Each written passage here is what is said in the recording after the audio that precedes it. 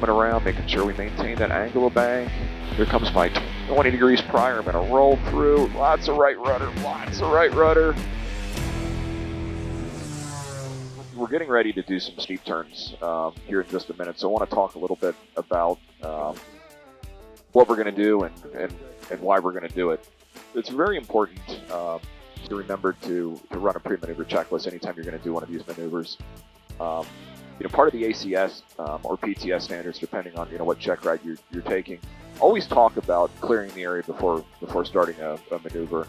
And here at Thrust Flight, we use a pre-maneuvers checklist that talks about all the things that we need to do to get set up for one of these maneuvers, which includes a clearing turn.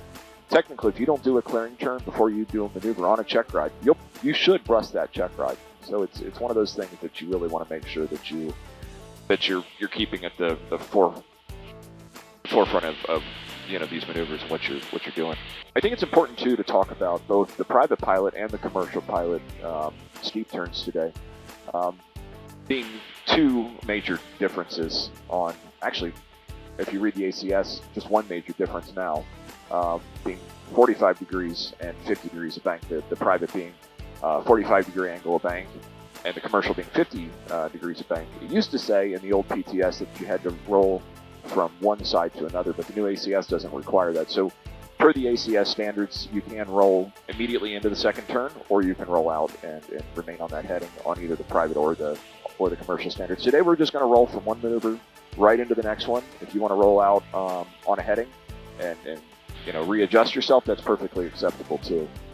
So Liz is going to demonstrate this maneuver after she gets done with the pre-maneuver checklist. Absolutely. So let me begin with the checklist. Let's see. Pre-maneuver, we're going to start with our lights on. Better visibility here with the other aircraft and traffic. Mixture set. I like where it's at right now. Fuel selector on both. Is on both. Fuel state quantity. We've got full on the left, full on the right. We need to turn off our electronic stability protection and air conditioner. And then we'll clear the area. So to do that, I have to come over to my MFD and go to the auxiliary chapter. I fly the airplane while you do that. Okay.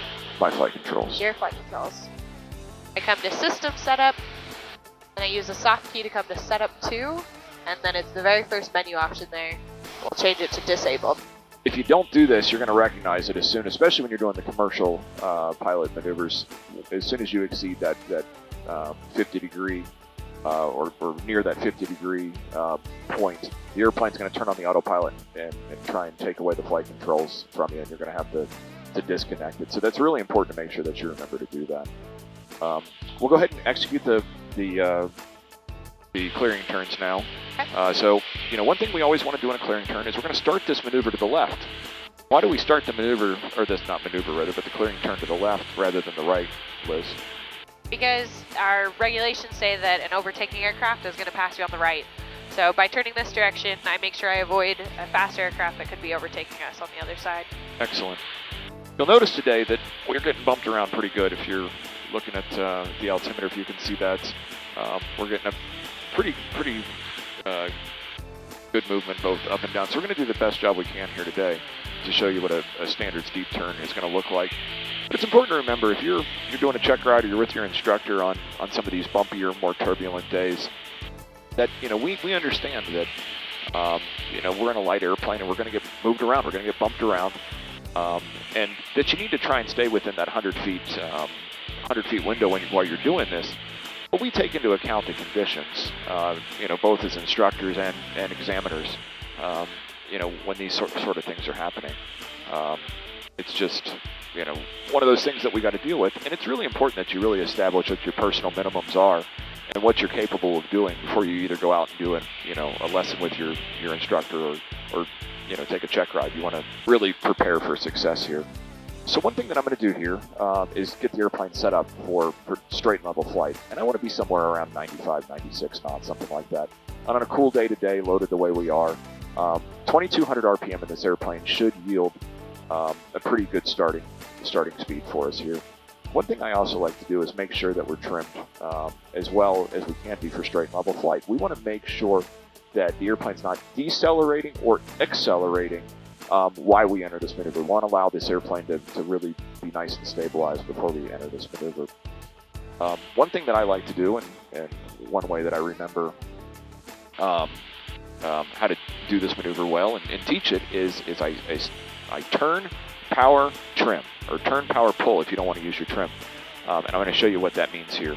We're going to briskly roll into the left. Again, I'm starting this maneuver to the left. I'm going to add power, and then I'm going to add 1-2 handfuls of trim here, okay? And I'm just going to maintain this angle of bank. And really, I should be able to let go of the stick. And you'll notice that the back pressure is pretty good for what we're trying to do here in this steep turn. Really need some more left rudder there. So one thing we want to make sure is we remain coordinated in this maneuver. Boy, this is not a good day to do this, is this? All right, so when I get to about 20 degrees prior to my heading, I'm going to roll out. So I get right back on my north. I'm going to roll right back into my second maneuver, adding just a little bit of forward pressure, adding some right rudder, making sure I'm staying coordinated while I do this. If I get a little high, a little fast, I can just overbank a little bit to try and lose that altitude. If I get a little low, I'm just going to roll just a little bit of that bank out and pull back. That's going to aerodynamically unload the airplane and allow us to stay within that plus or minus 100 foot standard that we've got to maintain for both the private and the commercial ACS standards. Here comes my heading. There's 30, there's 20, nice brisk rollout. I'm going to pull my power back to 2200, 1-2 handfuls of trim out, and I should be about on my 360 heading and about on 2,500 feet. And again, that was certainly not perfect today. Bumped around a little bit, but I kept it within the ACS or PTS standards, depending on what we're talking about here today. So that's steep turns in a nutshell. I'm going to turn it over to Liz, and Liz is going to demonstrate one. She's going to demonstrate one to the left that's just standard, and then on the one back to the right, we're going to demonstrate some common student errors like overbanking or forgetting to add power, things like that. So. Yep. I'm going to let her narrate this as she rolls in. I may add some commentary here. Okay. Your flight controls? My flight controls. Your controls. All right, so I'm going to turn to the left here and make sure that I've noted my heading and visual reference, because that's something I can easily miss as I come around. That's something that I forgot to say too. I'm using ailerons bank left, some more right left rudder. Now you'll notice what Liz did is she didn't add any power here in her turn, and she's overbanked to about 65, about 60 degrees here. So she'd be outside of the standards in this maneuver. You notice she's starting to decelerate, and as she tries to correct for that altitude, watch what happens as she corrects back in her right turn. That airspeed's going to start to decrease. She also rolled out a little too late there. She didn't lead her heading enough. That happens mostly because I only use aileron to roll out. I've got to use aileron and rudder to stop the turn, or anticipated earlier, right? Using those feet is a very important technique. I'm trying to pull up, save my altitude here. Let's see what happens to my airspeed. Yep, and that turn there we just are, we're down to 75 knots. Yep. Which is outside of our standards. We only get a 10 knot buffer here on the airspeed, and that was about a 15 knot, 20 knot change. Well, we also noticed that you ballooned up to 2,600 because it was such an aggressive pull. And as you roll out of that bank with such an aggressive pull, you're going to shoot up there really, really quickly. Yeah, truly an overcorrection. Absolutely. Okay. So those were steep turns not to standards. Not to standards, right. I'm going to try one more, see if we can make it a little prettier. Yeah, sounds good. Do you want to go to 3? Let's do that. Okay, your controls. All right, my flight controls. We're going to climb up to 3,000, see if we can find some smoother air, see if we can give you a prettier steep turn, or maybe even 3,500 feet if it's not smooth at 3. So one thing I forgot to talk about on that last maneuver was picking a visual reference. This is a visual maneuver. We should not be inside the airplane while we're doing this. We should spend about 80% of our time looking outside the airplane, and we should spend about 20% of our time looking inside the airplane.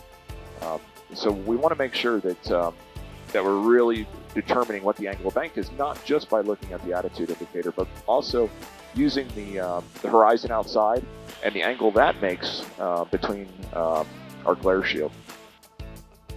Seems like it's still bumpy down here at 3,000, so I'm going to go and pop up to 3,500. Overlying airspace here is what? It's... we're out from underneath it, so we're clear. Oh, beautiful. All right, so we're going to get up to 30,500.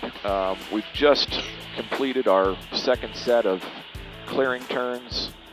We're still getting bumped around here pretty good. You guys can probably see that in the video here. But that's okay. We're going to try one more here. We're going to get on a northerly heading. We're going to find that visual reference outside and give this a try. Got about 100 feet to go here. All right, so there's 100 feet. I'll let the airplane accelerate. Now remember, one thing we talked about earlier is we want to make sure that the airplane has time to either decelerate or accelerate to whatever the appropriate airspeed is for that power setting. We want the airplane to be in a state of equilibrium before we start this maneuver. That's really going to set you up for success here in the steep turn. Yeah, how many times do you see a student rush into a maneuver and we were still leveling off from a climb, so of course they're not going to be able to hold the altitude standards in that maneuver. It's a huge problem, and we end up trying to save 20 seconds and end up really screwing up the maneuver. So preparation in these maneuvers is really paramount. We want to really make sure that we start on our altitude. We want to make sure we start on our heading. Again, set yourself up for success. So I feel like we're pretty stabilized here, about 2,200 RPM. We're at 3,500. The airspeed's bouncing around pretty good. We're just not going to get around that today with what the winds are doing to us in the turbulence. So 2,200 RPM, I'm going to turn. I'm going to power. So I'm going up to 2,400, and I'm going to trim. Okay, so you noticed I lost a little bit of altitude there. I'm using my feet, making sure that I'm looking outside, figuring out what that angle is supposed to look like between the horizon and the glare shield. Boy, that airspeed dropped off pretty good, didn't it? All right. Coming around, making sure we maintain that angle of bank. Here comes my 20 degrees prior. I'm going to roll through. Lots of right rudder. Well, it still wasn't enough. And we're going to do it again around to the right here. Looking for that 50-degree angle of bank here, maintaining that 3,500 all the way around here.